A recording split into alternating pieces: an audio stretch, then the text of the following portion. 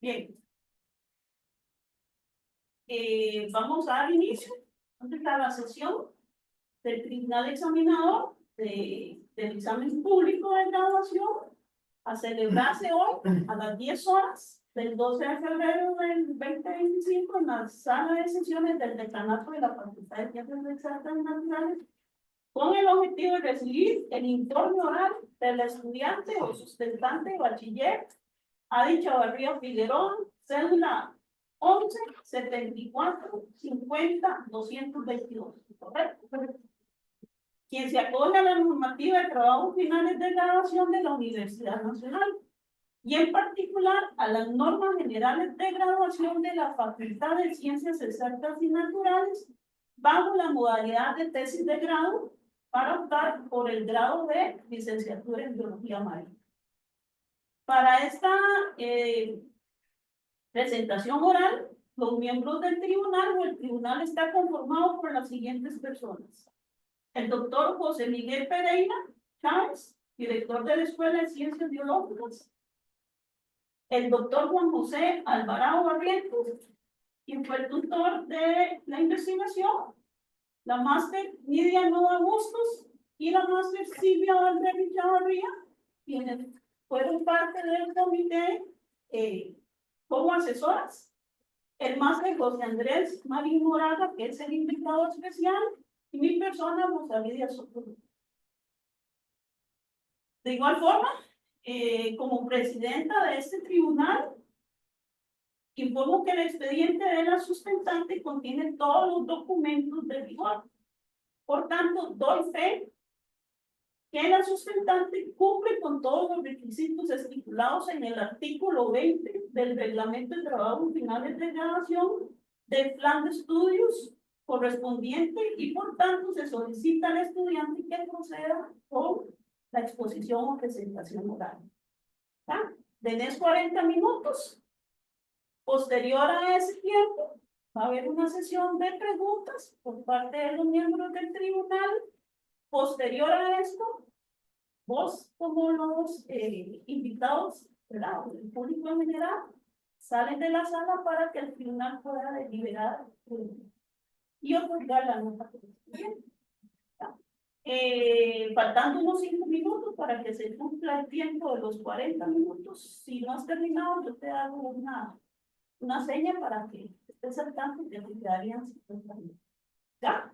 Entonces, puedes proceder con la presentación. Muchísimas gracias. Voy a poner acá. Bueno, buenos días a todos y todas. Es un placer para mí estar acá, que hayan venido el público presente, el comité evaluador, comité asesor.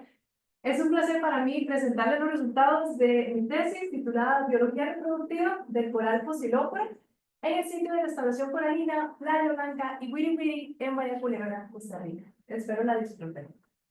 Para contextualizarnos un poco todos acerca de los arrecifes, estos corresponden a ecosistemas megadiversos, es decir, albergan cerca del 30% de toda la biodiversidad marina en tan solo 0.1% de la superficie oceánica. Es decir, una gran cantidad de organismos dependen de estas estructuras biogénicas para lo que es refugio, alimentación y crecimiento. Los corales hematípicos, o también denominados como corales duros, corresponden a aquellos que forman las grandes extensiones arrecifales y depositan en el sustrato marino una gran cantidad de carbonato de calcio. Uno de los procesos fisiológicos más importantes en los corales en general, pero también más específicamente en los corales hematípicos, es precisamente la reproducción sexual. Esta consta de dos fases principales, una fase móvil, que corresponde a la larva plánula, así se le llama la larva en los corales. Esta puede formarse ya sea dentro del organismo o bien en la columna de agua. Y una fase sésil, en la cual yo me voy a enfocar en el resto de esta investigación, que es básicamente todo el proceso de maduración de las gonadas dentro de la cavidad gástrica. Entonces, para tener una visualización un poquito más explícita, creo, de lo que es la cavidad gástrica y el pólipo, esto es un pólipo de un coral. Entonces, acá tenemos los tentáculos. Todo esto corresponde a lo que es la cavidad gástrica y esos pequeños filamentos que ven como el zigzag corresponden a los mesenterios. Y es precisamente en estas estructuras que se forman las gonadas sexuales. Estrategias reproductivas en corales hay múltiples. Sin embargo, pues yo nada más les voy a comentar las dos principales por temas un poco de tiempo, pero que nos va a servir muchísimo para entender lo que sigue en la investigación. El gonocorismo, en donde tenemos dos colonias, una que únicamente produce gonadas masculinas, otra solamente gonadas femeninas. Y el hermafroditismo, en donde una única colonia va a producir gonadas tanto femeninas como masculinas. Abarcando un poco los antecedentes en cuanto a biología reproductiva en el Pacífico tropical oriental, estos fueron sentados principalmente a partir de los años 90. Y es en estas investigaciones que se comenzaron a, digamos que, entender un poco que las familias Fociloporidae, Agaricidae y Poridae correspondían a las más abundantes dentro del Pacífico tropical. E indagando un poquito más con especies sumamente emblemáticas, como lo es Pocilopora amicornis y Pocilopora elegans, se fue determinando que eran especies hermafroditas con una maduración asincrónica de gametos, que más adelante hablaremos un poco de ello. En cuanto a Bahía Culebra, este es un sitio que ha sufrido una gran cantidad de disturbios a lo largo de las últimas décadas. Ha perdido cerca del 90% de la cobertura de coral vivo a causa de diversas razones, entre ellas la ocurrencia repetida de floraciones algas nocivas, el crecimiento de la macroalga caulerpa, así como también el auge turístico que ha venido experimentando el Golfo de Papagayo en los últimos años, pues provocó que la sedimentación aumentara y se deterioraran todo el ecosistema recifal en las últimas décadas. Es por esta razón que a partir del 2019 surge en Bahía Culebra un proyecto de restauración coralina activa denominada Culebra Reef. Importante señalar esto porque es a partir de este proyecto, del cual he sido parte de estos últimos años, que pude colectar pues mis muestras de tesis. Más adelante igual les voy a comentar un poquito. Ahora, la pregunta del millón, por la cual todos estamos acá. ¿Por qué es importante la reproducción sexual en corales? Primeramente, es uno de los procesos que nos brinda mayores posibilidades de que exista variabilidad genética dentro de un ecosistema, favoreciendo la permanencia de aquellos haplotipos que estén más aclimatados ante condiciones de estrés. Eso también va a favorecer que la resiliencia de todo el ecosistema recifal aumente y ante disturbios ambientales indiscutiblemente pues van a seguir siendo presentes en las próximas décadas.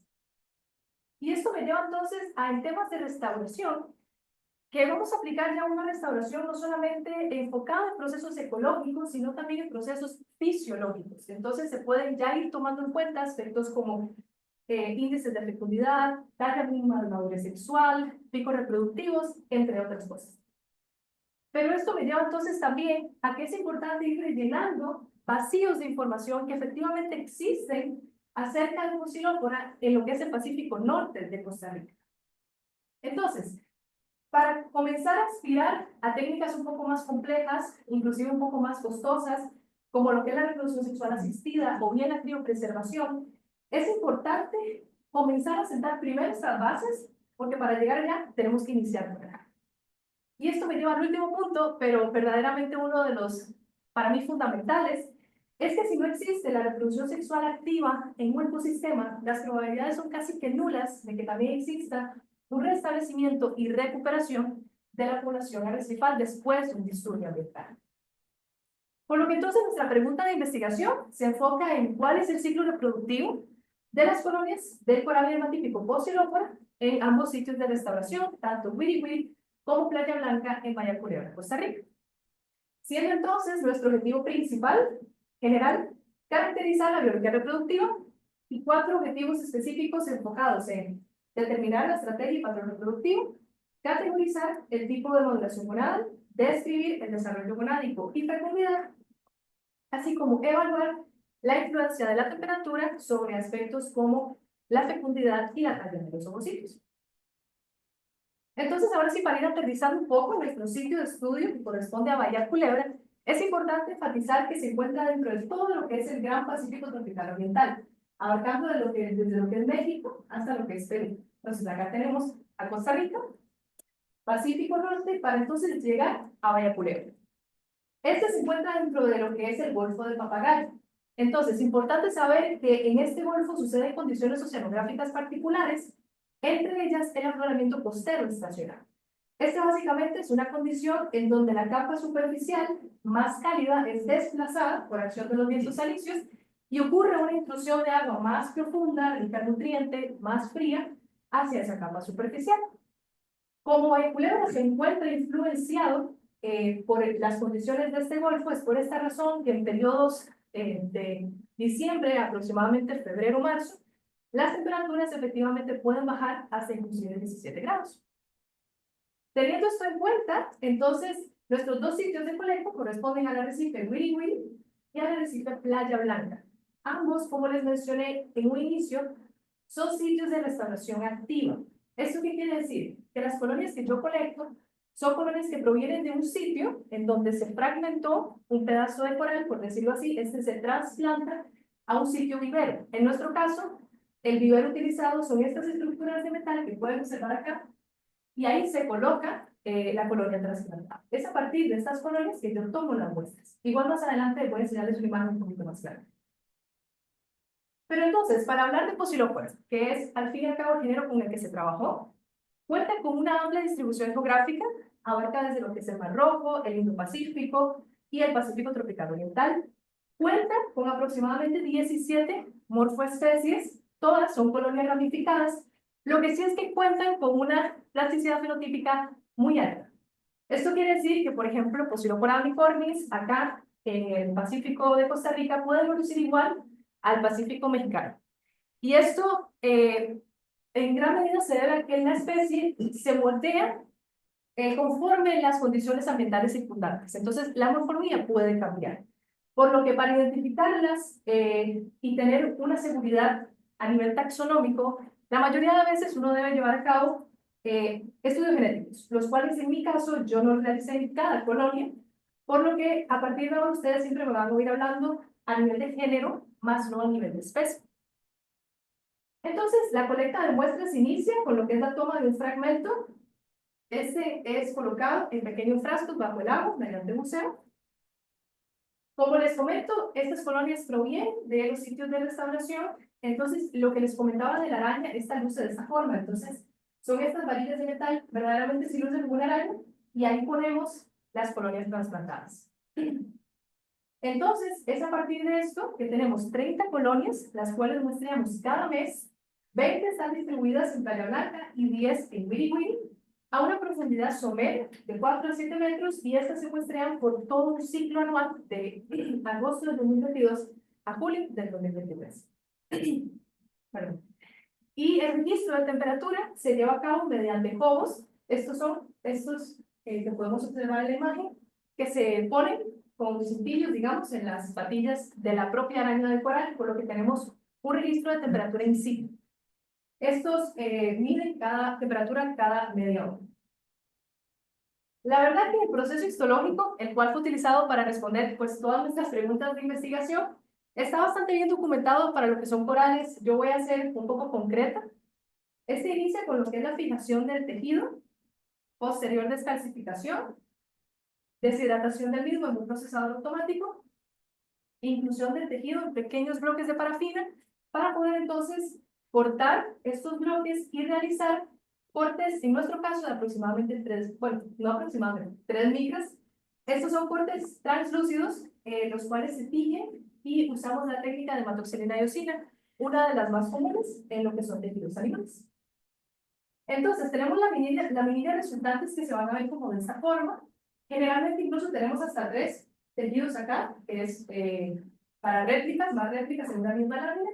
Y esto es como por facilidad mía, en realidad, de subdividir el tejido para evitar lo que es el conteo duplicado, digamos, de pólipos o de ovocitos.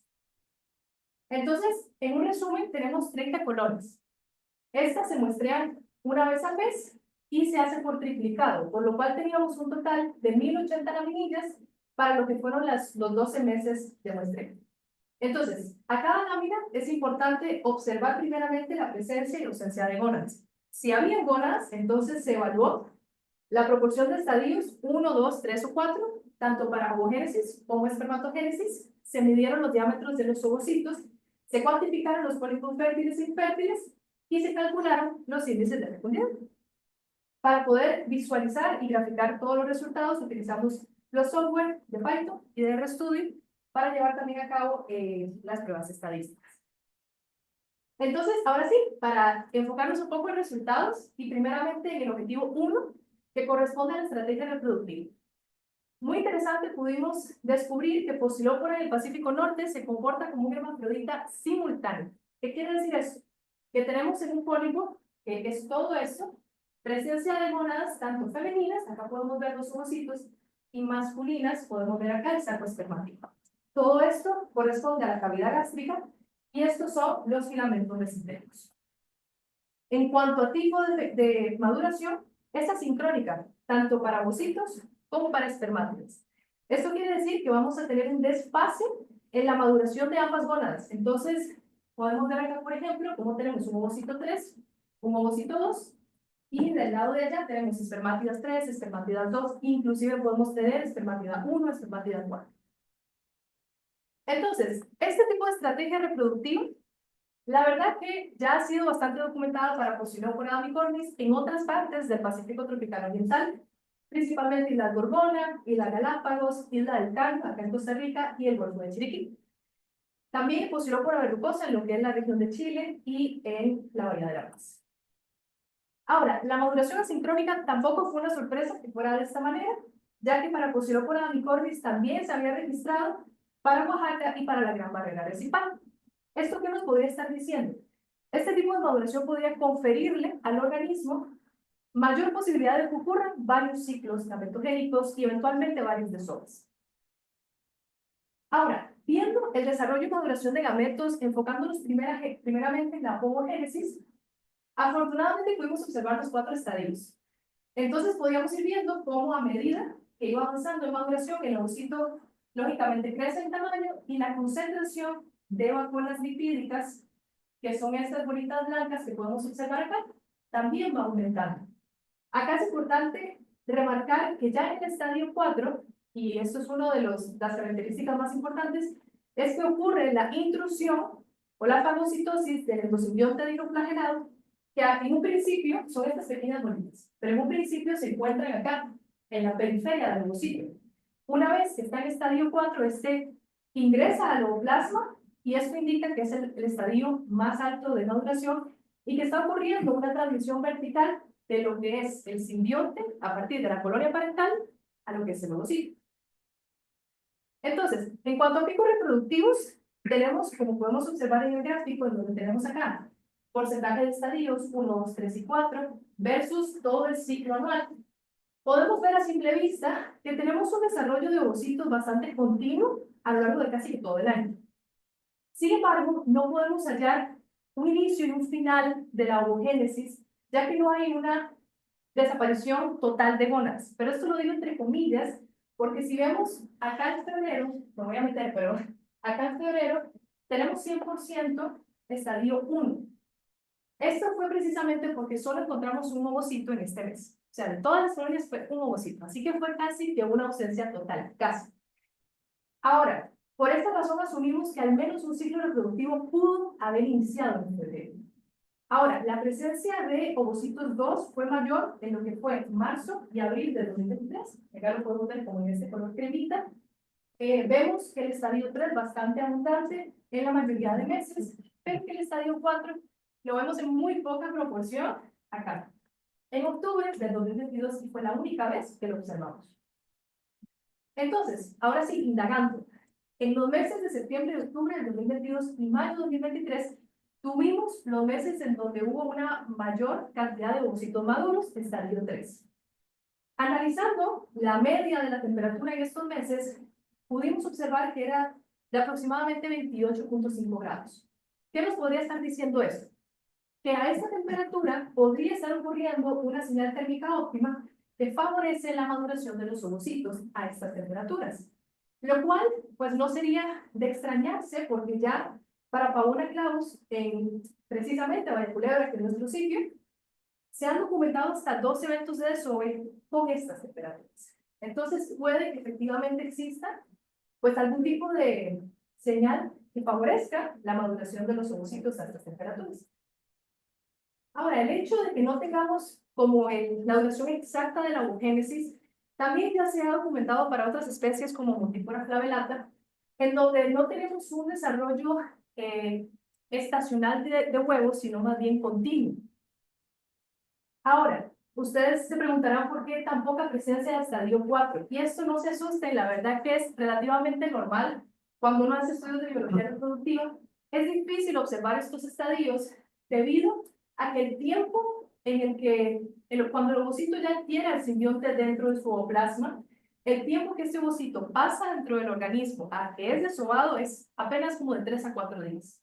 Entonces, nos deja a nosotros un margen de tiempo muy estrecho para observarlo de las muestras histológicas. Sin embargo, sí podemos decir que los ovocitos de Maya culebra están llegando a este estadio, que posiblemente están siendo desovados, eso no lo sabemos, pero están llegando a este estadio y está existiendo esta transmisión del simbionte, por lo que la larva también podría llegar a tener ciertas ventajas adaptativas en donde pueda permanecer más tiempo en la columna de agua, pues ya al tener al simbionte adentro puede realizar fotosíntesis, los fotosintatos pueden ser translocados a los taderos.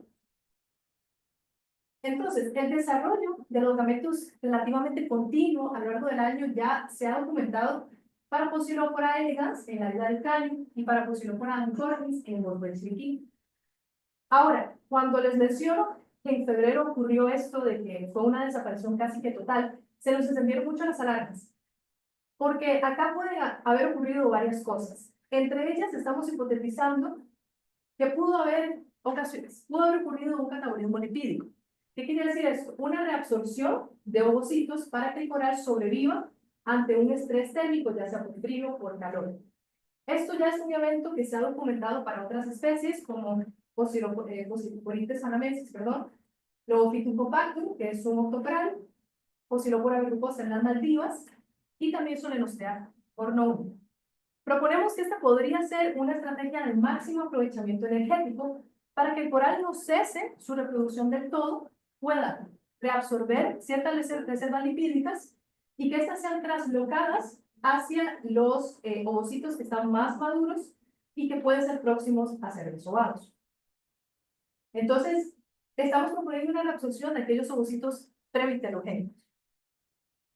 Ahora, hablando un poco de los diámetros que encontramos en este estudio para cada uno de los estadios, desde lo que fue agosto a julio del 2023, durante todo el ciclo anual, pudimos observar entonces que encontramos 294 ovocitos en estadio 1, con una talla de 22 micras. Encontramos 1119 en estadio 2, con una talla de 40 micras. El más abundante fue el estadio 3, que fue 1182 ovocitos, con una talla de 80. Y irónicamente encontramos 4 para el estadio 4, no fue a propósito. Esto pues tenía una talla bastante grande, tenía una media de 118 y un diámetro máximo de hasta 145. Ahora, analizando un poco el rango de tallas entre sitios, Wiri y Playa Blanca en este box plot, que podemos ver los diámetros para cada uno de los estadios. A simple vista, pudiéramos no observar diferencias, pero sí que las hay estadísticamente, y esto podría deberse en gran parte a la presencia de estadio 4, que solamente la hay en Playa Blanca, más no así en Wiri. Entonces, analizando un poco los diámetros que encontramos acá y comparándolo con otros encontrados para el Pacífico tropical oriental, podemos ver que coinciden en gran medida con los hallados para Isla del Cali, en Costa Rica, el Golfo de Chiriquí, en Panamá, Isla Gorgona, en Colombia, y las Islas Galápagos.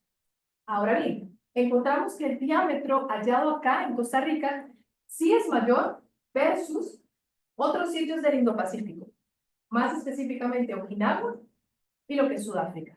Vemos que efectivamente los estadios 3 y 4 pues sí son mayores acá que en estos otros dos sitios. Explicar esto puede ser complejo. Estamos, infiriendo que puede que las colonias de Poecilophora estén invirtiendo mayor cantidad de energía en lo que es el tamaño del ovocito y que la colonia parental está traslocando una mayor cantidad de lípidos a lo que es el ovocito y por lo tanto podría resultar en una larva más grande con mayores reservas lipídicas que pueda permanecer un mayor tiempo en lo que es la columna de agua. Entonces, ahora más bien trasladándonos a lo que es la espermatogénesis. Igualmente pudimos observar los 4 estadios de maduración, en donde veíamos que a medida que aumentaba el estadio, que iba desarrollándose, el saco espermático se hacía mucho más grande, la cantidad de células aumentaba, y ya en el estadio 3 podíamos ver lo que era el lumen, que es esta parte blanquita como en el medio, y ya para el estadio 4 podíamos ver a los espermatozoides ubicados como en una forma como de roseta, en donde tenemos a las cabezas mirando como hacia afuera y a los flagelos más como hacia el centro. Ahora, picos reproductivos para el caso de la espermatogénesis. Un poco similar a lo que vimos en la ovogénesis, en el sentido de que teníamos presencia de estadio 4 en la mayoría de meses, en menor proporción, pero en bastantes meses. Sí podemos observar esa sincronía que les mencioné en un inicio en la maduración, puesto que si vemos en el gráfico, tenemos la presencia de casi que los 4 estadios en casi que todos los meses. Ahora, tampoco es posible establecer un inicio ni culminación de la espermatogénesis, puesto que tampoco tuvimos esta ausencia absoluta. Ahora, por lo menos lo que son espermátidas 1 son más observadas en lo que es diciembre del 2022, que lo podemos ver acá, como en este colorcito celestito muy claro, y en marzo del 2023, el estadio 2, principalmente en lo que es octubre del 22, que es este, y en lo que es julio del 23. Y como les mencioné en un inicio, estadios 3 se ve en bastantes veces, no en tan grande proporción, pero sí se ve, al igual que las espermátidas estadio 4. Entonces, analizando un poco las características morfológicas de los espermiarios a lo largo del estudio, la verdad que coinciden bastante con otros reportados para Mucilopora anticornis. Ahora, la presencia continua de espermátidas maduras también se ha reportado para Puritis panamensis y Motipora capitata. Esto, como les mencioné, para la ovogénesis, pueden estarnos dando probabilidades de que ocurran múltiples desovers, ya que tenemos reservas de gónadas, tanto femeninas como masculinas, bastante continua a lo largo del año. Ahora, si bien no podemos establecer un inicio y un final, sí que podemos inferir que la espermatogénesis está durando menos que la ovogénesis. Y esto es porque no sé si se acuerdan, pero en febrero teníamos que en el caso de la ovogénesis era 100% estadio 1. Sin embargo, viendo acá las espermátidas, más bien es un caso en donde tenemos estadio 1, estadio 2, inclusive estadio 3. O sea que ya para este punto había iniciado la espermatogénesis. Por lo que inferimos que el tiempo sí es menor que la ovogénesis. Ahora, el tipo de fecundación. Pues nosotros estamos hipotetizando que Pocilopora en el Pacífico Norte se comporta como un desovador, o bien conocido en inglés como broadcast spawner. Esto es una hipótesis. ¿Por qué? Porque in situ nunca se ha podido documentar el desove de Pocilopora en el Pacífico tropical oriental. Entonces, lo estamos infiriendo a partir de la ausencia de la larva plánula dentro de las muestras histológicas. Debido a que como no las vemos dentro del organismo, entonces suponemos que efectivamente se forman en la columna de agua. Ahora, Pocilopora es loco, porque en otros sitios, como el Indo-Pacífico, también ha exhibido una reproducción mixta o dual, en donde también se ha comportado como incubador. Entonces, ¿qué podría ser? No sé, que Pocilopora no se comporte como incubador acá en el Pacífico. Bueno, y esto tiene que ver mucho con lo que les mencioné en un inicio, las condiciones que hay acá. Las condiciones de afloramiento, inclusive una termoclina más somera, puede hacer y puede favorecer la presencia de desovadores sobre incubadores. ¿Por qué? Porque en gran medida podrían mitigar un poco los efectos de altas temperaturas. Así también como que la acción de las corrientes puede favorecer la dispersión de larvas y la interconexión a nivel regional. Entonces, vuelvo a decir, esto es una hipótesis, ya que no hemos observado el desove in situ. Ojalá en algún momento, pero no lo hemos observado. Ahora, hablando un poco de la fecundidad colonial, que esto básicamente es la cantidad de ovocitos que tenemos por pólipo. Si vemos esto, nos asustamos un poco porque la verdad que es un valor extremadamente bajo. Es de tan solo 0.55 ovocitos por pólipo, ni llega al 1. Tenemos un mínimo y un máximo de 0,01 hallado en febrero y un máximo de 1,12. Sigue siendo sumamente bajo.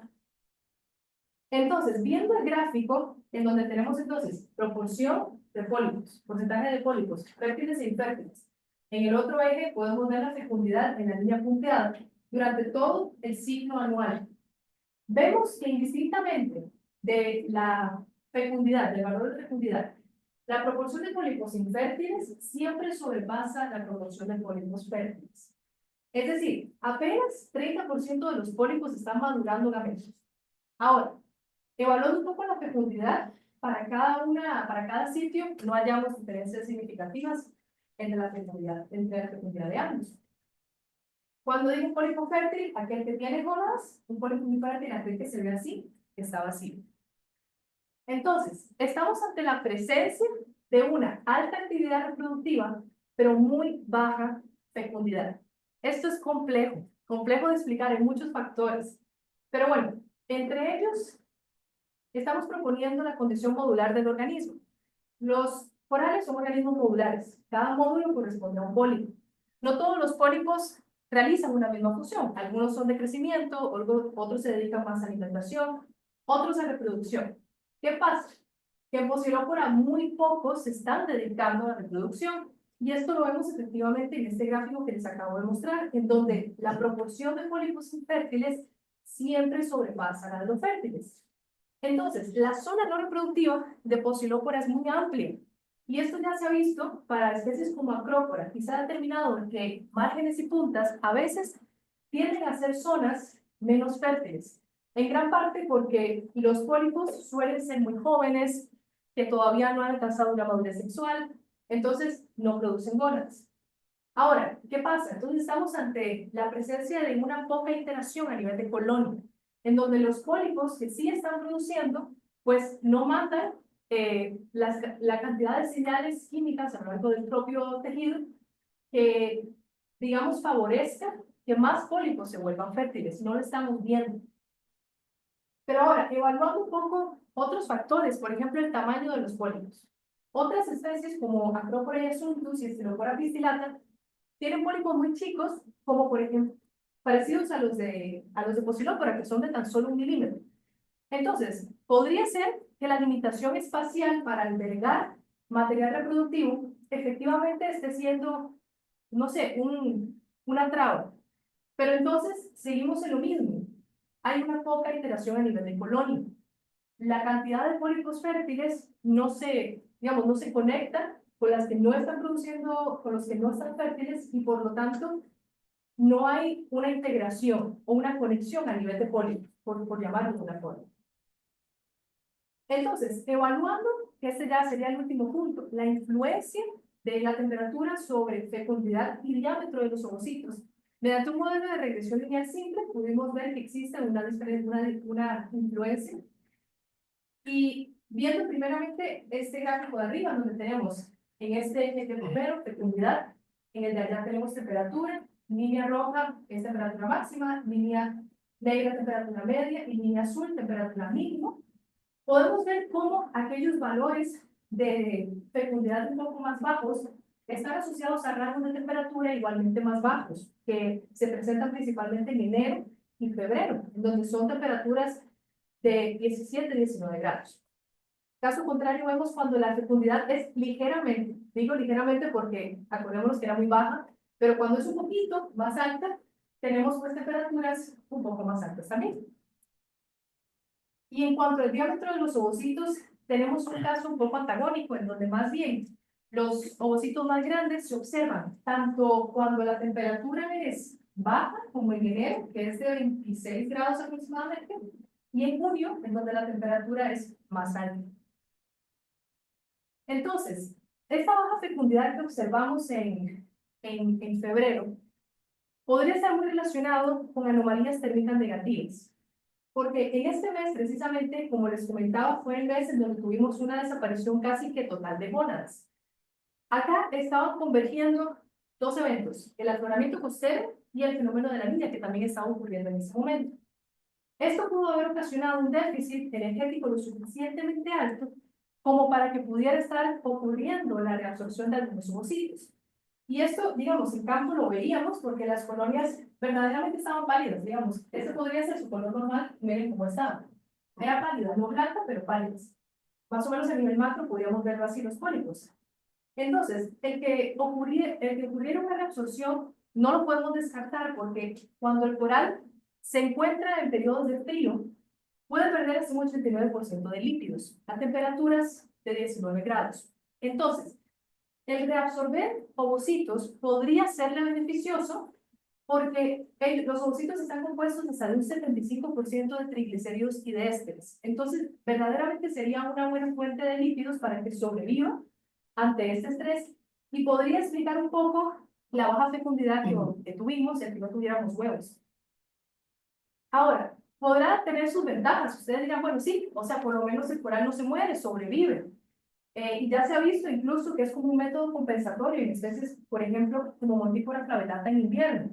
Ahora, sí tiene sus desventajas, porque estamos sacrificando aspectos como la fecundidad colonial a costa de que el organismo sobreviva.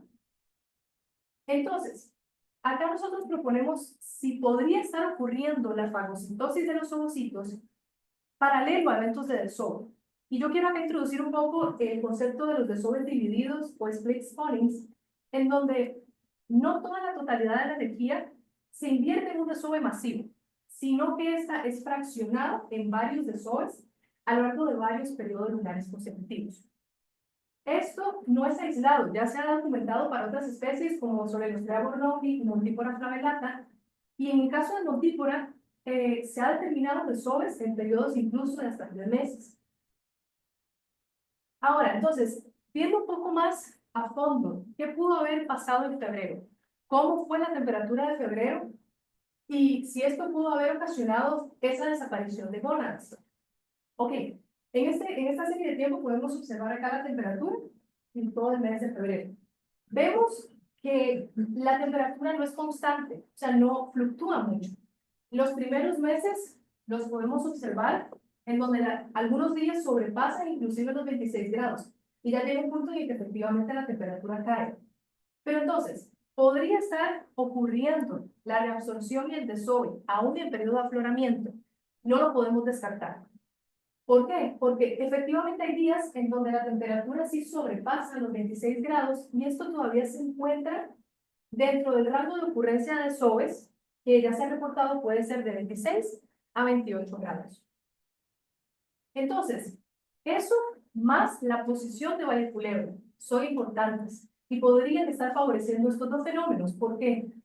Se ha documentado que Valle Culebra, y se ha dicho así textual, puede corresponder a un sitio ideal o a un sweet spot, como lo dijo Bernadette en el 2009, en donde funciona como un reservorio de nutrientes y si bien está expuesto a lo que es el afloramiento, no, o sea, las temperaturas no bajan tantísimo. Además que, como les mostré en el gráfico, como es fluctuante, deja ciertas ventanas en donde podría estar ocurriendo esos desoves, ya que no son tan bajas las temperaturas. Como vimos, podría ser de 26 grados. Ahora, no podemos esconder el hecho que efectivamente hay un punto en donde la temperatura puede decaer hasta 18 o 22 grados en ambos sitios. Y es acá donde nosotros queremos plantear la idea de que puede que para este punto ocurra entonces la reabsorción de aquellos ovocitos restantes dentro del saco. Y entonces, conclusiones. Acá es importante entonces saber que en Pocilópora, en Valle Culebra, sí se está comportando como un hermafrodita simultáneo con maduración asincrónica de huevos. Proponemos que está existiendo una reabsorción de ovocitos inmaduros de forma periódica. Que si bien la actividad reproductiva es alta, estamos ante una situación que la fecundidad colonial es bastante baja y la cantidad de pólipos infértiles es muy alta. Y eso nos lleva entonces a hipotetizar que Pocilópora se está comportando como un desovador, que si bien no hemos visto el desove, que ojalá, por ahora, esa es nuestra hipótesis. Ahora, lo que sí podemos asumir es que estamos sentando las primeras bases en cuanto a biología reproductiva de Pocilópora en el Pacífico Norte de Costa Rica. ¿Qué sigue? Muchas cosas, o sea, muchas cosas. Esto nos abre las puertas a un sinfín de preguntas. Entre ellas, yo acá apenas tengo algunas, pero es bueno, el hecho de seguir monitoreando los desoves, a ver si es posible capturarlos en algún momento. También acá evaluar la fecundidad tanto en márgenes como en la zona media para ver si esta efectivamente cambia si uno nada más toma el fragmento, digamos, la punta, o si tomas una zona media. Si es así, la fecundidad de baja en toda la colonia. También involucrar en los análisis las fases lunares y ir analizando ya las tasas de reclutamiento para próximos estudios. Acá estaría toda la literatura. Gracias, acá, por el todo lo que tengo tiempo para poder agradecer. A la una, verdaderamente, por todos estos años de carrera, de estudio, de aprendizaje, parte del financiamiento también vino de acá, con el FOCAES, y también con movilidad estudiantil, que me ayudó muchísimo para poder ir a México, al Congreso de Arrecifes Coralinos el año pasado, a exponer parte de estos resultados. A la UCR, verdaderamente, infinitas gracias a lo que es también estimar, por Ebrard Gardens, Lecán, por hacerme parte de ese proyecto tan hermoso durante estos 2 años y pico. Me ha fascinado y verdaderamente también hicieron posible, o sea, son los que hicieron posible esta investigación, y también por todo el financiamiento, también a lo que es Península Papagayo, financió todo lo que fueron giras, hospedaje, alimentación, bote. Y acá al equipo, acá se me queda corto obviamente, pues no hay fotos de todos, pero gracias a todos los que estuvieron presentes de alguna u otra forma, y acá sí quiero hacer hincapié en mi comité asesor. Chepe, verdaderamente ha sido para mí un placer compartir estos años contigo. La cantidad de conocimiento que he adquirido ha sido inmensa, así que de verdad te lo agradezco de todo corazón. Nidia, Silvia, han sido una parte fundamental de todo este proceso, la enseñanza, la paciencia, todo lo de los procesos de laboratorio con Silvia y todo, ha sido todo un camino. Y esto sí es importante resaltar a Paola, que está en el público, pero de verdad que fungió como un rol crucial, parte del comité desde el día 1, aclarándome un sinfín de dudas sin tener ni que hacerlo, con toda la voluntad. Te lo agradezco infinitamente, lo sabes, y de verdad muchas gracias. A mi familia, mi papá es el que está hoy acá, pero muchos están a la distancia. Muchas gracias a todo el equipo y estoy abierta para que pregunten.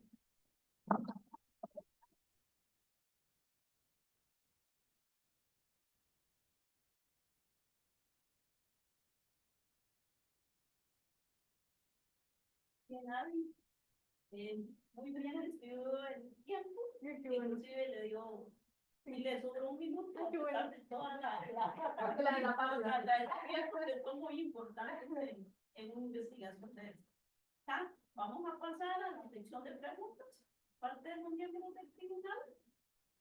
Iniciamos con José Andrés, es el invitado especial, posteriormente José Pereira como director de escuela, posteriormente Silvia, Nidia como asesoras, Juan José como tutor y de último mi persona. Bueno, muchísimas gracias, Ana, estuvo súper interesante. Bueno, una pregunta que creo que todos los que trabajamos en el ámbito de restauración tenemos, es casi que el santo grial, saber cuándo eso va a fuera. Y vamos un poquito ya más avanzados en el tema gracias a la investigación y muchos valiosos. De hecho, mi primera pregunta va por ahí: ¿cuál sería el siguiente paso para reducir todavía más esa ventana de incertidumbre que podríamos quedar con Posirópolis? O sea, ¿cómo vamos a poder lograr saber cuándo realmente eso va a desprecio?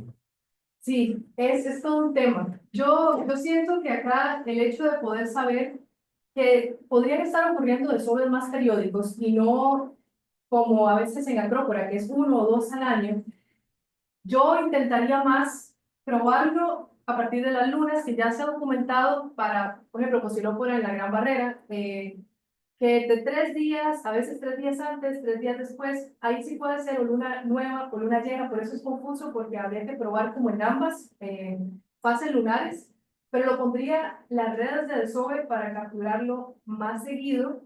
Pero acá también evaluaría otros factores, porque como el desove de Fusilópora no ha sido documentado acá, guiándonos, por ejemplo, con Australia, en donde sí lo han podido observar, por lo menos en acuario, lo que han visto es que el desove no es como en la Acrópora, que lo vemos así todos bonitos con los paquetes de gametos, todo. No. Y también o sea, no se ve a simple vista, y podría ser un moco, o sea, como un mucus que se ve turbio al agua. Si es así, es todavía más difícil de capturar. Y puede que en realidad ni sea, esos gametos no tengan una valencia positiva, o sea, no vayan arriba, sino que incluso bajen. Y si es así, entonces hay que tomar en cuenta eso y ver qué tipo de red hacemos para que tener ambas posibilidades, si fuera que flotan los gametos o si fuera que más bien bajan. Entonces, va un poco por ahí. Lo consideraría las fases lunares y hacer como modificaciones a las redes de desove convencionales, diría. Ok, ¿y los muestreos se hicieron más o menos a la misma hora? ¿De los míos? Sí. No, eso no lo tomamos en cuenta. Ok. Sí.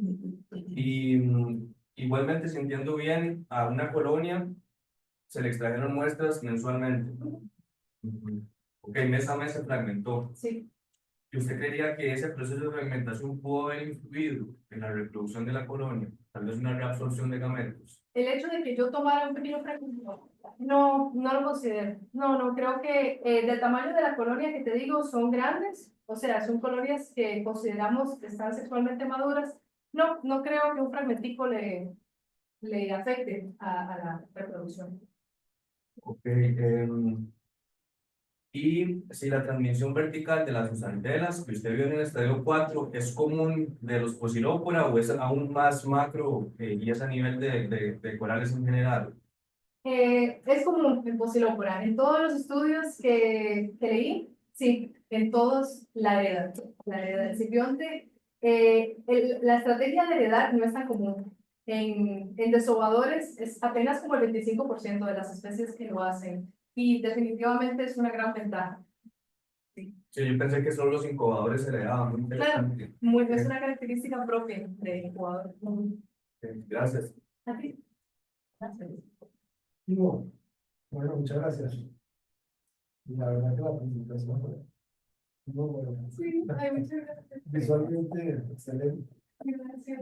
Qué bueno. Eso, la verdad que se aplaude porque se ve que le dedicó tiempo y cariño a la a veces como decimos, todo esto con la vista. Pero es muy bueno.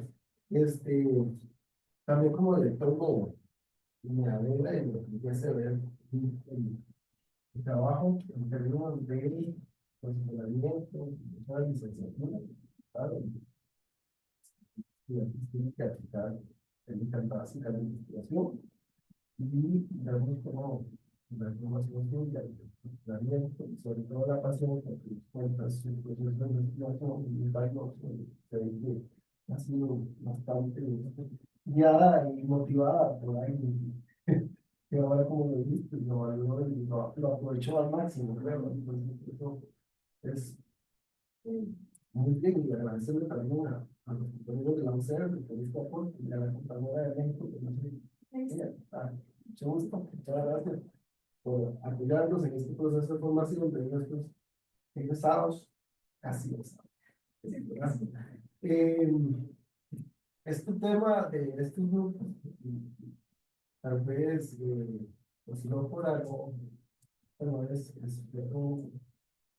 especie, igual que todos los corales, son importantísimos para nosotros en términos de conservación, pero en términos de economía, ¿verdad? Porque esto todos los operadores buscan grupos para poder obtener sus buenas propinas también, pues, se va a poner nuevos la parte de estudio específicamente, ¿usted encontró algunas diferencias cualitativas tal vez entre el grupo, entre los sitios? ¿Cuáles son las características de uno y de otro? Como de las colonias, Hablando en términos diferencias, puede ser en colonias, pero eso podría cambiar a que haya algunos factores que podrían hacer diferentes a estos sitios. No sé si me expliqué, pero lo que quiero es ver si no estoy indicado en el otro sitio, en el Entonces, si ustedes, digamos, en factores ambientales, externos, digamos, porque la temperatura, como estaba hablando con respecto con la no sé si hay influencia de salinidad, si hay, Ah, ok, como de otros porque parámetros. todos estos parámetros también que serían, que no se usaban no, porque no eran objetivo, pero que sí me entró en la curiosidad por hacer un poco sobre la particularidad de los sitios, impacto variables ambientales y esto. Muy buena pregunta. Sí, nosotros también medimos los nutrientes cada mes. Entonces filtramos, tenemos varias réplicas, filtramos el agua y se manda a procesar para ver concentración de silicatos, fosfatos, sulfatos. Entonces, esto yo no lo metí en el análisis, pero sí que hace una influencia. O sea, ya se ha tenido en cuenta que a veces la cantidad de nutrientes, cuando no es exagerada, sí que favorece la maduración de los gametos. Así que esa es otra recomendación. Digamos, es importante para futuros estudios, sí, involucrar otros parámetros ambientales y oceanográficos, sí, también. Por ejemplo, medición de corrientes. Esto es importante porque si están ocurriendo los desovas, sería bueno ver a dónde se están yendo las larvas y por acción de las corrientes podríamos, no sé, empezar a investigar un poquito más ahí. No sé si te respondo. Sí. ¿Cuáles fueron los principales desafíos que usted encontró en esta investigación y cómo los enfrentó? Como de la recomendación, o no, Los desafíos de investigación. Usted tiene que cumplir los objetivos propuestos. ¿Cuáles son los principales desafíos que usted encuentra en este y cómo los enfrenta? Uy, bueno, Hablando primero, tú, ¿verdad? No sé. no, hombre, no, claro, no voy a saber. No, si ellos están testigos que era crisis, ¿verdad? Pero bueno.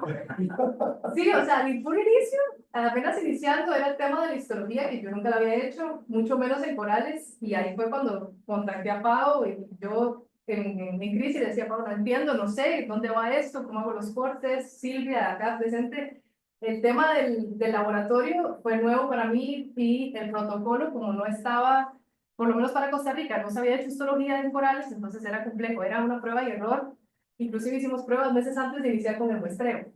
Eso por un lado, y luego interpretar estos resultados fue complejo, porque como es primeros pasos para este género, no se sabe, y como, entonces sí, explicar, por ejemplo, esto de la baja fecundidad fue un reto, o sea, ¿por qué no estaban produciendo tantos? Y como menciono, es todavía hipótesis, o sea, no lo podemos todavía, por lo menos en histología, no se puede probar, por ejemplo, que se reabsorben los gametos, entonces fueron como muchas hipótesis, dando como todas las posibilidades que podrían estar pasando. Fue difícil buscar otros estudios en otros sitios que hubiera pasado algo así, parecido. Eh, un periodo tan largo también de muestreo hace que sea exhaustivo el trabajo también de laboratorio y de análisis, porque fue todo un año y luego bastante tiempo para escribir y así. Entonces, pues sí, son algunos de los principales. La última.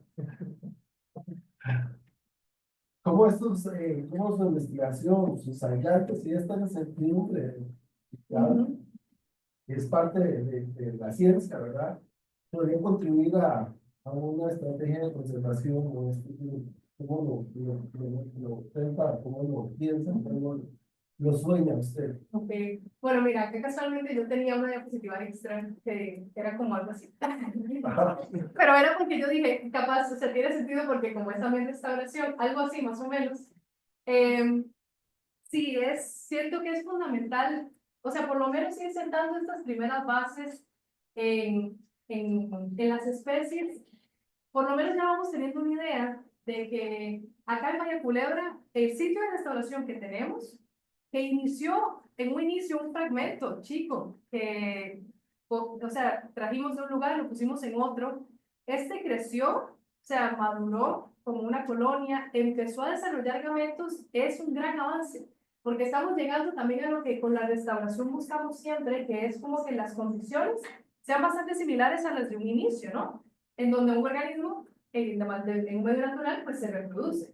Entonces, llegar a saber que las colonias que iniciaron así, o sea, chiquitas, están siendo autosuficientes de alguna forma, para mí es un gran paso en la restauración. Si bien tenemos nuestros inconvenientes, ¿no? Que hay, bueno, es que la fecundidad es muy baja y así, pues lo seguiremos investigando, pero por lo menos el programa de restauración está siendo efectivo, están produciendo gónadas y siento que es un gran paso.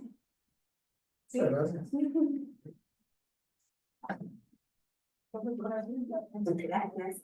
Bueno, Ari, primero volver a felicitarte por un trabajo, como dijiste ahora, tan exhaustivo, tan amplio y tan bien realizado. Felicitarte por todo, ¿verdad? El trabajo en el laboratorio, que como tú dijiste, te tuviste que volver una histotecnóloga profesional en muy poco tiempo, ¿verdad? En trabajos como estos es muy común que un técnico haga el trabajo, ¿verdad? Histológico, ¿verdad? Tú hiciste todo, tú te preocupaste por todo, por ocuparte de todos los detalles y realizarlos con excelencia, ¿verdad? Entonces, te felicito desde el trabajo de laboratorio hasta el trabajo escrito y esta presentación que, como dijo José, culmina de manera maravillosa, ¿verdad? Por todo lo que has venido haciendo. Entonces, de verdad, que mis felicitaciones por todo eso. El trabajo es realmente muy amplio, son muchísimos tópicos, pero llama la atención algo, ¿verdad? Que es un poquito diferente que en otros lugares, que es lo que has estado hablando del tema de la fertilidad y los pólipos infértiles. Quería hacerte la consulta porque realmente no lo sé. Sí hay alguna relación entre la edad de estas colonias, o sea, hace cuánto se hicieron estos trasplantes, qué edad tienen estas colonias, podría haber una relación entre esto y la baja fertilidad y el bajo porcentaje de pólipos infértiles, porque como tú dijiste, ¿verdad? Que parece que no hay una buena comunicación química, incluso hablaste, ¿verdad? Entre los fértiles y los que no. ¿Podría relacionarse con la edad de las colonias? Buena pregunta. Sí, vamos a ver. Como que yo vi los dos casos. Estas colonias ya llevan acá 5 años en estos viveros.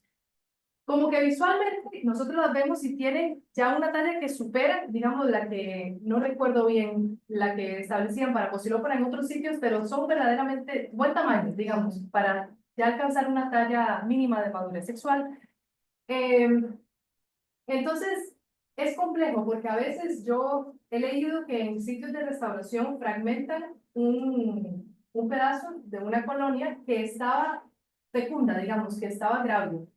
Lo trasladan a otro sitio y cuentan con una memoria reproductiva y sigue, o sea, sigue con los gametos igual maduros. Entonces, por ejemplo, ahí el tamaño no importaría, porque se ha documentado que efectivamente siguen y hasta deshojan. Pero por otro lado, a veces no. En otros estudios se contradicen y dicen que es mejor que no, que sí afecta la talla.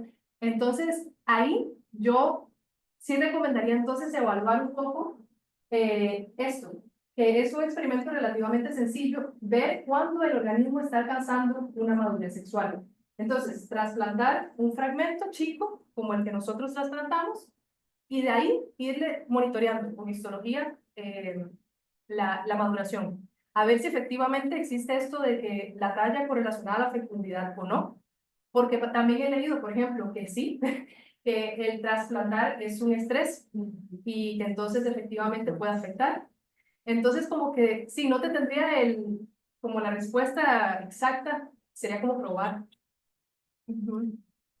Tal vez, no, o sea, no lo sé, Sí, pero no, muy buena preguntaba pregunta. si más tiempo podría dar oportunidades a mejor comunicación y demás. También te quería preguntar si en los trabajos con los que comparaste los porcentajes de fertilidad y pólipos infértiles utilizaban la misma metodología de tomar fragmentos de las puntas de los márgenes, porque decías que ahí es normal que sean menores esos valores. ¿Tu metodología es la misma que en esos trabajos? No, porque ahí ellos como querían evaluar precisamente eso que yo puse en recomendación, como ver si era la parte menos fértil, los márgenes. Ellos, más bien, incluso hay una imagen muy buena que te ponen el fragmento y ellos toman esta, la punta, la media y la más profunda. Y cuando tú comparas los resultados en esos trabajos de los márgenes con tus resultados que fueron realizados en márgenes, sí, son bajas. son bajas aún. Y luego tenía la última, relacionada con ese tema, que es el tema que más, como difirió un poquito más, ¿verdad? Entonces nos llama la atención.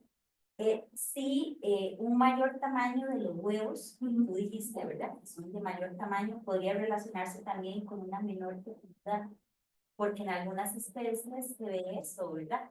Que cuando, por algún motivo, siendo la misma especie, eso lo hemos visto en algunas especies, los huevos son más grandes y están en menor fecundidad. Sí, muy buena pregunta, gracias. Sí, yo, bueno, acá yo también tenía algo parecido, pero es porque digamos, me lo imaginé, sí, o sea, como que quería llegar a esta parte. Efectivamente, es más común ver valores de fecundidad bajos en especies que son incubadoras, y esto ya se ha visto, por ejemplo, en Stylophora pistillata tiene valores parecidos a los que encontramos, de 1 a 2 ovocitos por pólipo, pero es incubador, o sea, tendría sentido, porque invierte mayor cantidad de energía en el tamaño más no en la cantidad. Pero entonces, si es así, todavía no sabemos preguntas, porque entonces Pocilófora podría estar comportándose como un incubador, proponiendo nosotros que sea desobador. Entonces, sí, efectivamente, está teniendo características de incubador. Muchas gracias. A ti.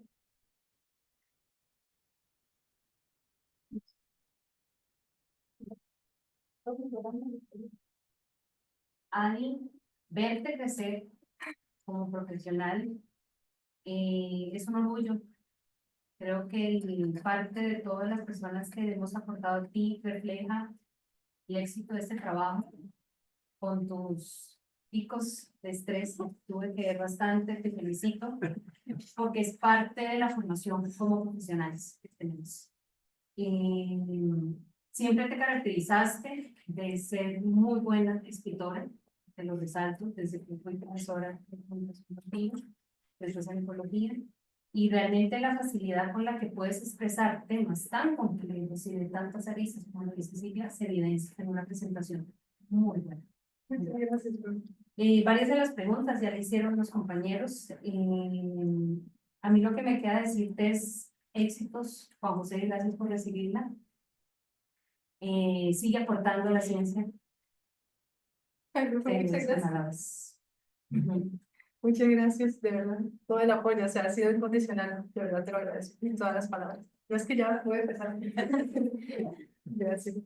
Empiece porque yo también sigo, no, igual yo me uno las felicitaciones porque realmente la presentación es una culminación de un trabajo, de un esfuerzo muy grande y de un crecimiento que se nota, ¿no? Desde esas primeras reuniones que teníamos, que estábamos todos perdidos y gracias a Pau que nos revisó Emilio veces. Realmente quiero dar las gracias, Nidia, porque pusiste ahí en nuestro camino. Desde cuando llegó. Entonces, pero ha sido genial todo este proceso de crecimiento y en el laboratorio realmente ha hecho una química increíble. Yo tengo varias preguntas porque como cada vez que leo el trabajo se sigo poniendo cosas y cosas y cosas y cosas y nunca vamos a terminar exactamente.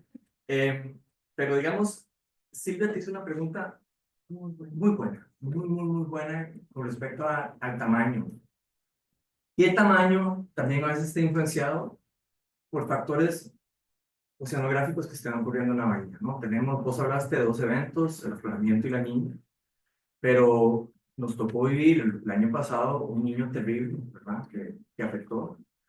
Y nosotros empezamos el proyecto de restauración luego de que la bahía venía sufriendo mareas rojas, impacto de los erizos de mar, pérdida de cobertura coralina. Entonces, estamos hablando de que estos corales, que son sobrevivientes, están bajo mucho estrés, Entonces, sí, llegan a tener unos 25 centímetros de colonia y madurez, pero su madurez está determinada por el estrés en que están viviendo con esta generación, ¿verdad? Entonces, ¿cuánto crees vos que está influyendo? Uno, la periodicidad de los eventos de estrés que sufre la bahía con eventos de niños sumamente intensos, niña intensa, afloramiento, muy cercanos que no les da tiempo de recuperarse, entonces que la resiliencia puede ser que se esté reduciendo. Y dos, que ya no tenemos la cobertura de los años 90, ¿verdad? Que teníamos esa cobertura de un 60, 70%. Entonces, el tener que tengo un arrecife saludable cerca, que me reproduzco, sé que tengo más corales para poder reproducir. Ahora no, es muy limitado. Entonces, las fuentes de genéticas para sobrevivir son menores. ¿Cuánto influye eso? Sí, en la primera, me la repites, es el hecho de qué tanto puede estar influyendo estas condiciones Ajá, la geográficas curiosidad. que estábamos hablando. Sí, yo siento que bastante. O sea, siento que ellos están en esto de que no quiero cesar la reproducción porque, o sea, yo quiero reproducirme, pero no puedo producir tanta cantidad de ovocitos. O sea, yo tengo que dedicar mayor cantidad de energía a sobrevivir y por eso yo decía que era sacrificar varias cosas a costa de sobrevivir. Y siento que una de ellas es efectivamente la fecundidad. Entonces, no quieren cesar la reproducción, pero tienen estos eventos de afloramiento, luego el niño, y claro, no hay forma a veces de que puedan culminar con ese desarrollo. Entonces, efectivamente, sí, siento que están casi que en constante estrés y lo seguirán estando lamentablemente porque pues las condiciones se están acrecentando. ¿Respondí tu pregunta? ¿No? Sí, sí, sí. Sí. Sí, y entonces, siguiendo en esa línea, ¿qué estrategia crees que deberíamos estar haciendo nosotros si sabemos que van a estar sufriendo bajo un estrés y nosotros queremos favorecer su reproducción? ¿Qué estrategia deberíamos tomar nosotros dentro de un proyecto de restauración activa? Ujú. Buena pregunta, sí. Considero que capaz podríamos hacer el intento de, con las colonias que hemos monitoreado, bueno, eran bastante grandes. Yo sé que algunas ahora fallecieron, lamentablemente, pero bueno, nos quedan todavía algunas.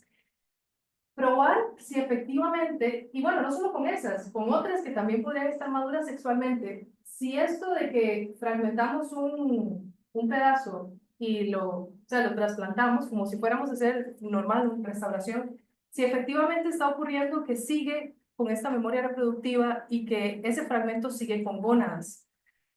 Y luego, ahí yo sí seguiría intentando lo de los desoves, sé que es costoso, pero sí lo seguiría intentando.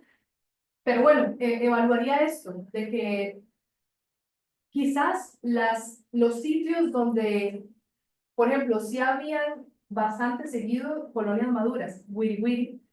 Este sitio tenía colonias, es que yo no hice el análisis a nivel de colonia, lo hice a nivel de Posilópora, pero digamos, a nivel de colonias, Wiri Wiri tenía un mayor porcentaje de colonias con huevos, la mayoría de meses. Entonces, capaz tomaría en cuenta más restaurar colonias que provengan ahora de Wiri hacia otros sitios, con fragmentos de oportunidad que encontremos, o bien fragmentación de aquellas colonias que tengamos un poco más grandes, para ojalá favorecer que estos genotipos que puedan ser un poco más, no sé, que produzcan mayor cantidad de gónadas que estemos restaurando. Volviendo a esto, estamos hablando de brewers y spawners y que las estrategias cambian. Por ejemplo, en la Gran Barrera, después de los fenómenos del niño en 2010, 2016, la proporción de brewers ha disminuido con respecto a las spawners, ¿verdad? Son los más beneficiados, pero era el exitoso.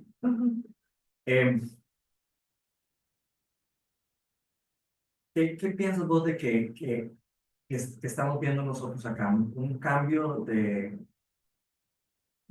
estrategia reproductiva, porque, a ver, vos mencionaste que la isla del caño, el isla del coco, pues esa es la estrategia que funcionan, ¿verdad? Pero son lugares que son térmicamente estables, es decir, casi todo el año 28 grados centígrados. Aquí no. Y lo otro que tenemos acá es que el afloramiento funciona como si abriéramos una llave y de repente sale una corriente, ¿verdad?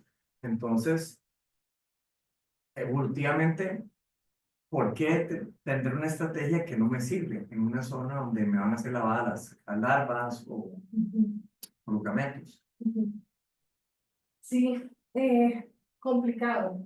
Digamos, yo podría creer que, ok, si digamos que están produciendo entonces ovocitos más grandes, con mayores reservas lipídicas, digamos que están tratando, yo hablando por un coral, ¿verdad? Digamos que están tratando de que la larva pues sea más grande, como poniéndole las condiciones más favorables a que ojalá esa larva se asiente y sobreviva en el periodo este más vulnerable que es esta metamorfosis. Entonces, capaz están invirtiendo esta energía en esta larva como con todas sus condiciones, que si bien no son muchas, serán poquísimas larvas, pero que bueno, que tengan el simbionte, que sean grandes, con muchas reservas, para que ahí probablemente lo más lógico es pensar que es lo que se ha visto para otros incubadores que se asientan local.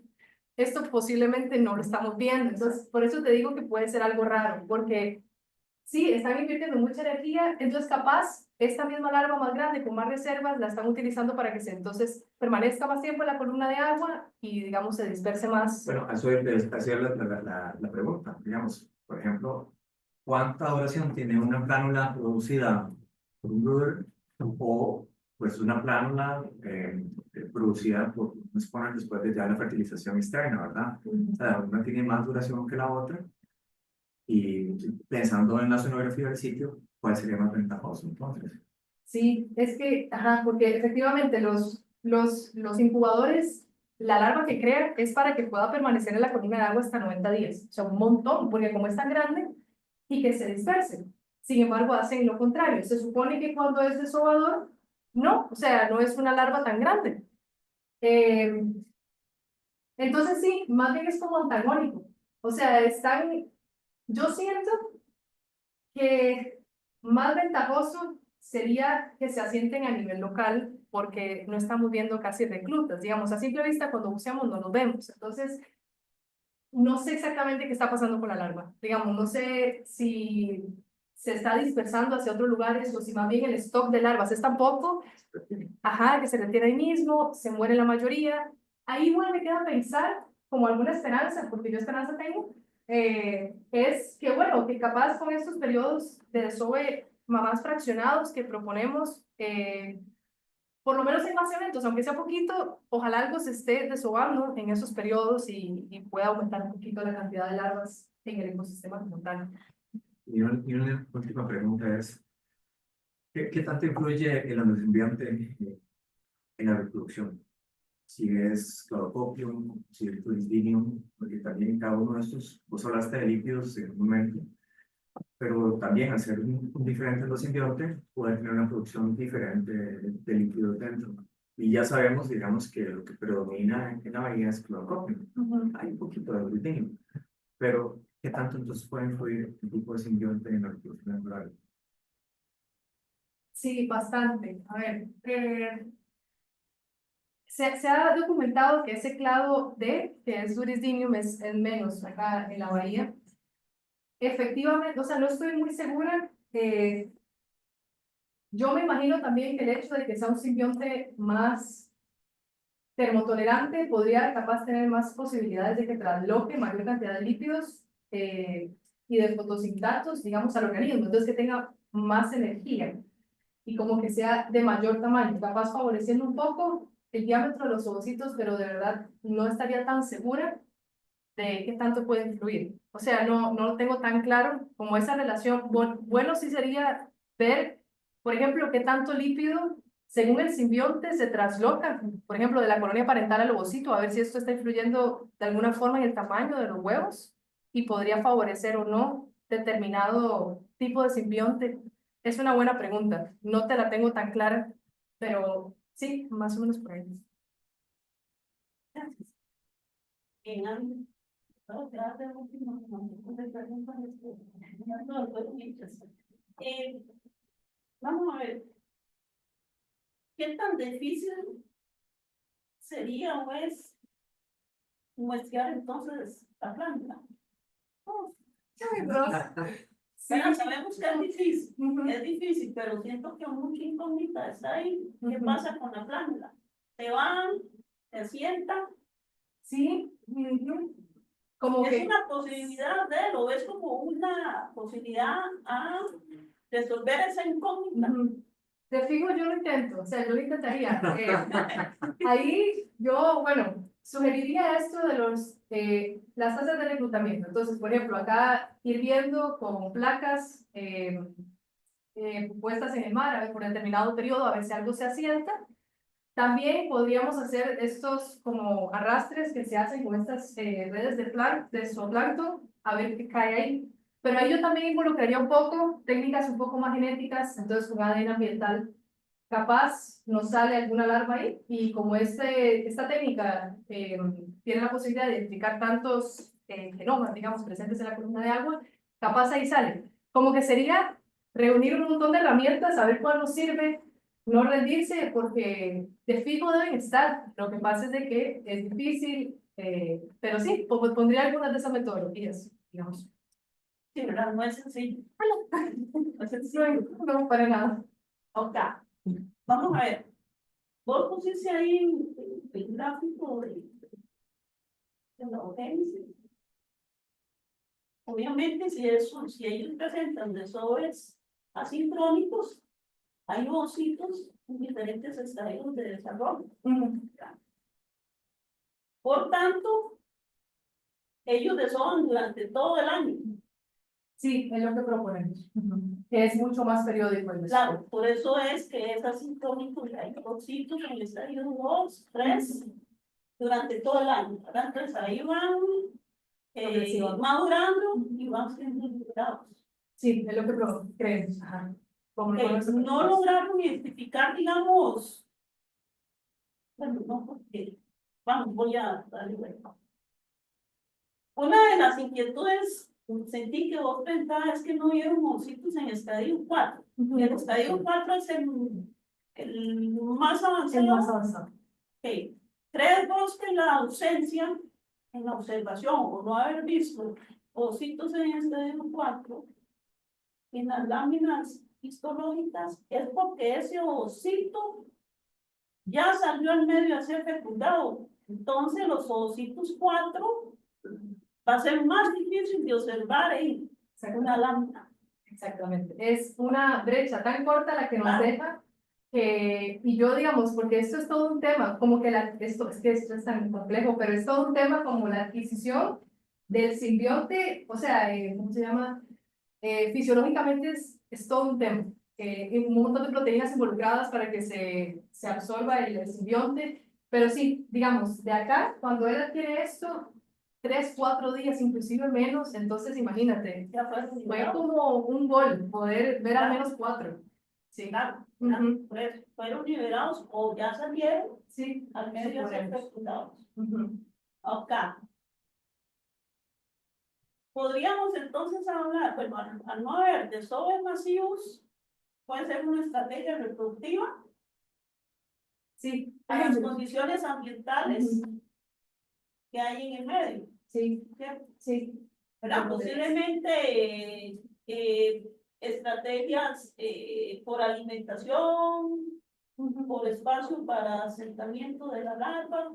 Sí, inclusive también ahí está, es que también es muy loco como lo de los desovers divididos, tiene mucho que ver con esto que mencionabas de la sincronía, porque digamos, a veces puede que el coral tenga la señal lunar adecuada, en donde, por ejemplo, sea luna nueva o luna llena, porque no sabemos, pero no tiene gametos así en estadio 4 para desovar, pero otra colonia sí, y ahí es donde ¡pum! Sale otra colonia y este se queda rezagado, y luego sale este, y así va.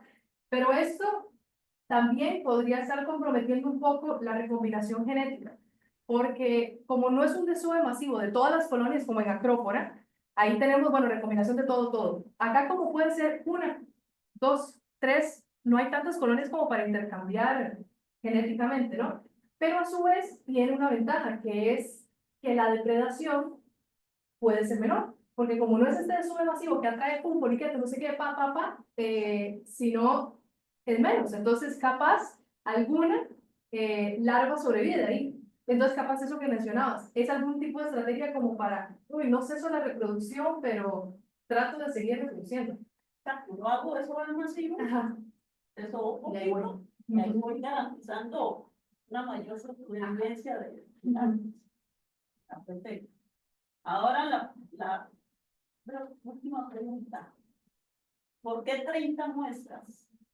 ¿Por qué no 50? ¿Por qué no 20? Menos trabajo, 20 muestras. No, no, es estadística. La estadística que nos persigue, que bueno, para que sea estadísticamente significativa, leen 30. Yo le decía, ay, chepe, pero bueno, y 25. Y sí, pues, incluso casi me pone 35 en un momento, ya, había que frenar. Pero sí. Vamos a dar oportunidad a 3 preguntas, 3, 4 preguntas del público. Ojalá sean concretas para que vamos a dar unas 5 preguntas al público. en histología vio a donde estaban los ovocitos, los espacios vacíos, porque en los trabajos de Green se veía eso, que era señal de que habían salido. Usted vio eso, uno. Y dos, si fueran incubadores, se veía haber visto larga. Sí, no vi esa característica. Tenía, digamos, el saco con huevos completo, no lo vi así como vacío. Tampoco veía como los sacos espermáticos así como con pocas, tampoco. Y la segunda pregunta, perdón, ¿cuál es? Que si fueran incubadores, se veía haber Claro, visto sí, largas. claro. Por eso, sí, no creo que sean incubadores. Capaz, la única característica que podrían estar exhibiendo es esta de baja fecundidad, pero de que sea incubador, no lo creo, porque sí, efectivamente, no había plánula dentro de la histología. Entonces, no lo observé. Pero, no quiero usar tiempo para felicitarte, ya te felicité en la pública. Ahorita me quedé pensando con el programa de restauración. O sea, si no se están reproduciendo, ¿qué otra cosa oral estarías haciendo en la vida? O sea, ¿qué otra cosa te resta? Ok. ¿Qué otra actividad puedo estar llevando a cabo? Ajá. Sí. Bueno, entonces yo acá creo que podría estar dedicándole más énfasis a crecer.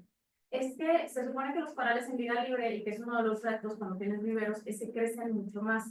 Y entonces cuando ya no tienen este espacio para competir, ya se dedican a hacer otras cosas de alto costo como reproducirse. Entonces, ¿tú qué otro sitio, por ejemplo, para poder demostrar algo así, donde ya están todos pegados, ya no tienen espacio, y entonces dices, ya no crezco, bueno, nada más crezco para arriba, pero ya no puedo crecer hacia los lados, me dedico a reproducirme? ¿Qué sitio tú idealmente buscarías para ver si están en este proceso de crezco y no me reproduzco, o definitivamente la fecundidad es baja en esta región?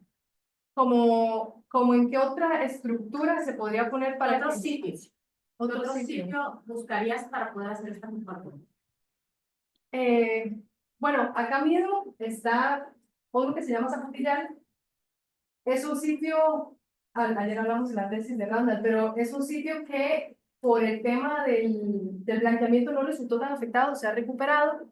Entonces, capaz, podríamos verlo acá. O sea, a ver esto que tú dices, sí que como no está tan, a ver si, digamos, el crecimiento no le está afectando tanto a la reproducción, si es que ya de verdad dejó de crecer y podría nada más dedicarse a reproducción. Sé que fue el otro objetivo de la maestría. ¿Alguna pregunta? ¿Alguien está preguntando? Bueno, Dime. ya que la pregunta. Ahí donde se los parámetros químicos que se vieron claramente, y comentaste, un tema que me ocurrió, usted ha marcado, que si el tema de la producción de las actividades de choque térmico están generando este alto gas, pero este costo energético, entonces por ende están generando la reabsorción de genes. Sí, que por el estrés, digamos, por temperatura, podría estar afectando la fecundidad, digamos. Correcto, al estar produciendo proteínas para el choque térmico, al estar Sí, definitivamente, porque ahí es dedicándole más energía a sobrevivir y, exacto, producir todo este proceso enzimático que requiere para sobrevivir ante ya sea calor o frío. Sí, se ve comprometida mayormente la fecundidad y en algunos casos inclusive el diámetro, que pueden ser sangrantes. Sí, definitivamente puede ser. Daniel González. Es que abrir el micrófono. Sí. Se lo puedo- A ver, pongo Dale, view. view. ¿Me Dale, abrir el escuchan? micrófono. Pero si tenemos virtual, vamos a aceptar una. ¿Me escuchan? No. Sí, ok, espera. Hola. Bueno, sí, Si todos me escuchan, no creo que pueda gritar mucho y que haga mucha diferencia. no, pero sí, yo estoy acá en la compu. Bueno. Este, eh, aquí me imagino que en el estadio 4, del diámetro máximo, bueno, y mínimo del huevo, estamos viendo el momento en que se puede fertilizar el huevo, o es en el estadio 3. Mi pregunta más que todo es, ¿esa es una larva planctotrófica, ¿cierto? Sí, Allá, allá, sí, o sea, ella se forma en la columna de agua, ajá. Y es Ujú. autotrófica en este caso porque como tiene el simbionte puede realizar la fotosíntesis. Pero esto se da en el estadio 4, no 3. Muy bien, eso era lo que iba a preguntar. La mayor fuente de energía en la larva, la plánula, entonces viene del simbionte o es una plánula que va a estar buscando alimentarse hasta sentarse. Bueno, proviene más del simbionte, ajá, en el caso de que sea autotrófica. No hay como tanta evidencia de cómo se alimenta la larva. Claro que podría hacerlo heterotróficamente, pero no hay como tanta evidencia. Con el simbionte sí es como más seguro de que se traslocan esos fotosintatos a la larva. Muy bien, muy bien. Este, tengo más preguntas, pero creo que no voy a tomar más tiempo.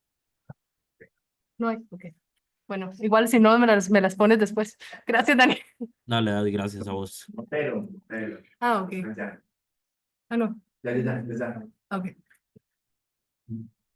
Ok. Ok, con esto damos por concluida la sección de preguntas. Entonces, le solicitamos a Ani y al público que salgan un ratito. Y liberamos. Vamos a cerrar el micrófono acá y después les habilitamos el micrófono cuando vamos a hacer ya la presentación de los resultados. ¿Está bien? Perfecto, perfecto. O nos avisas para unirnos de nuevo, cualquier cosa, lo que quede mejor.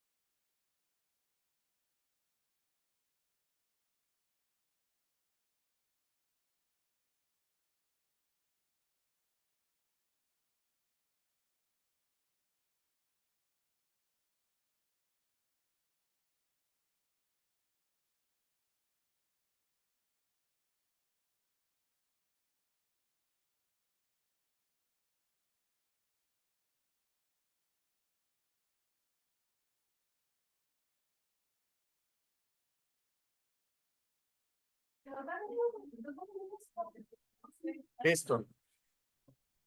Muchas gracias por la paciencia. Ya estamos de nuevo. Ay, hola chicos, que yo no me despedí de ustedes. Gracias por estar. Gracias. Sí.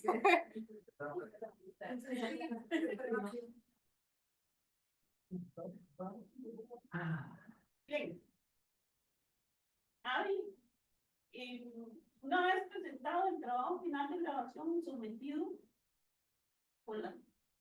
una vez presentado el trabajo de grabación y sometido al estudiante Adi Chavarría Figueroa a una sección de preguntas, se procedió a la deliberación y análisis del trabajo final de graduación y el desempeño del estudiante.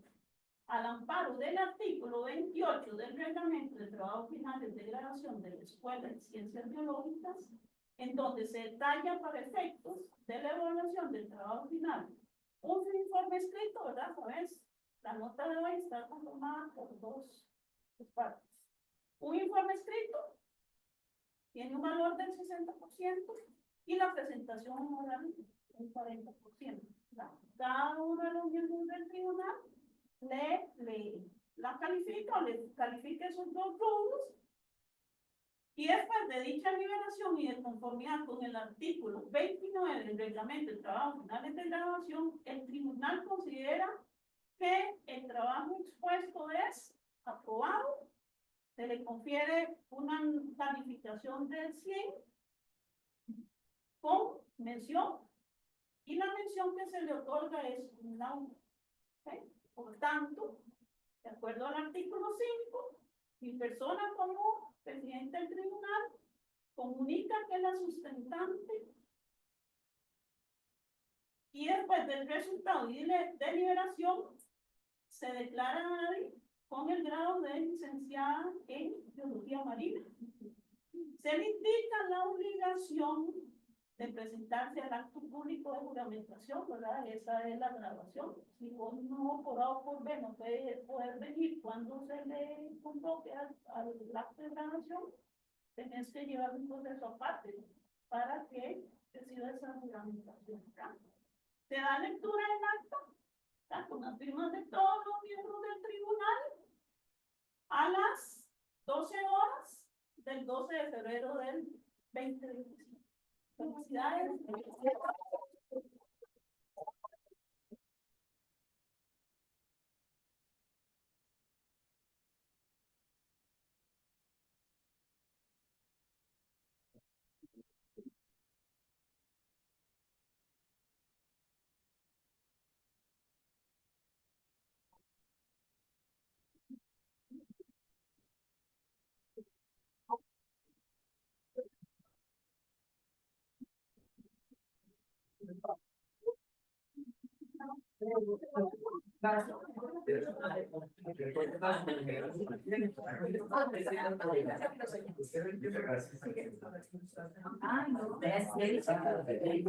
Y la verdad es que todo ahí no me consolidamos.